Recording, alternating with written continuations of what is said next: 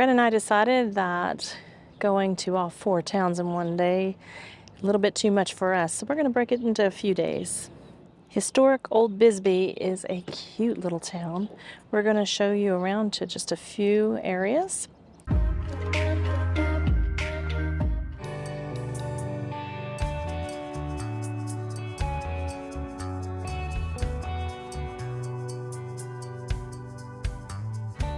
So much here in Bisbee. Our third town on Old Historic 80, the city of Bisbee. Bisbee is queen of the copper camps. Make sure you take a pit stop at Lowell, Arizona. It's a little hidden gem of a ghost town.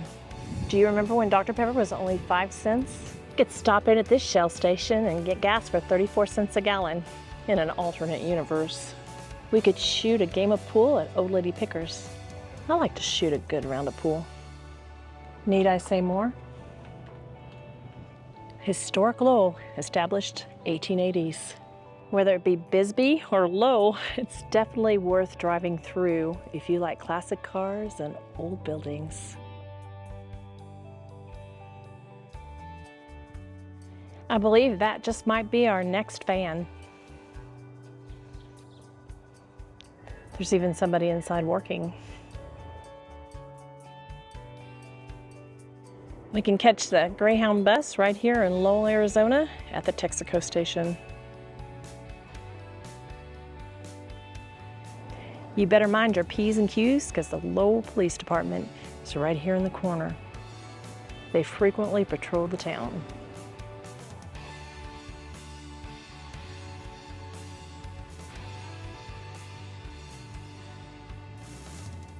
Welcome, troops. Thank you for your service. Right beside the Indian dealership is the Lowell Harley Davidson sales and service. So are you a Harley fan?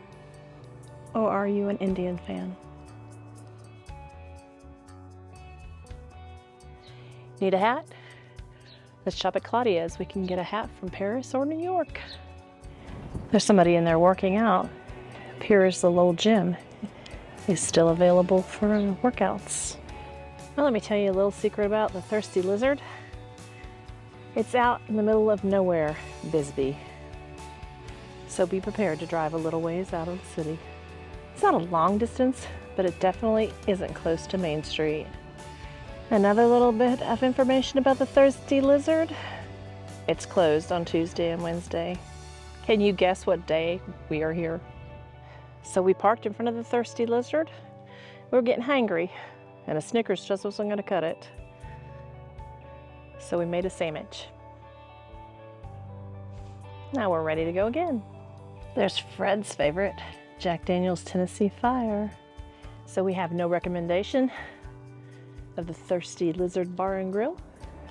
But if you've been here, let us know if we missed out. There's an outside beer garden and a fire pit. They also have swamp meets here. Well, a beer and a round of horseshoes. Sounds like a good plan to me. One day, deep in thought, she traveled so far. She traveled and traveled beyond where we are. She floated off the ground and into her own mind, entering a new world, leaving ours behind. This is your visitor center, where you can learn more about Bisbee, as well as purchase Mind Tour tickets.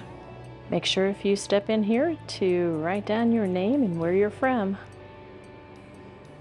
It's a little unique way to do it. The USS Bisbee was commissioned in 1944. It was a Coast Guard ship in Long Beach, California.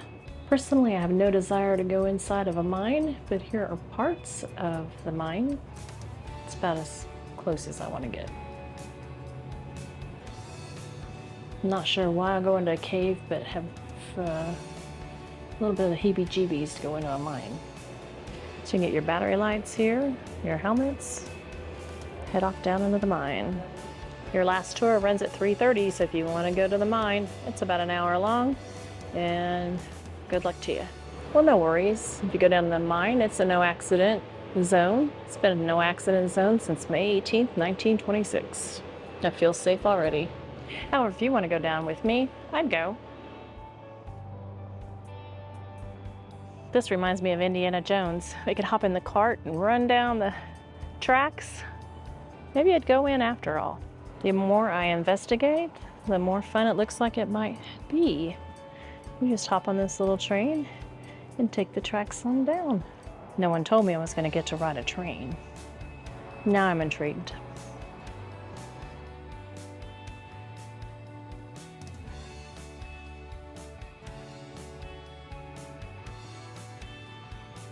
We are at the scenic overview looking at the Lavender Pit copper mine. This pit was not named from the lavender color of the limestone, but was actually named after Harrison Lavender.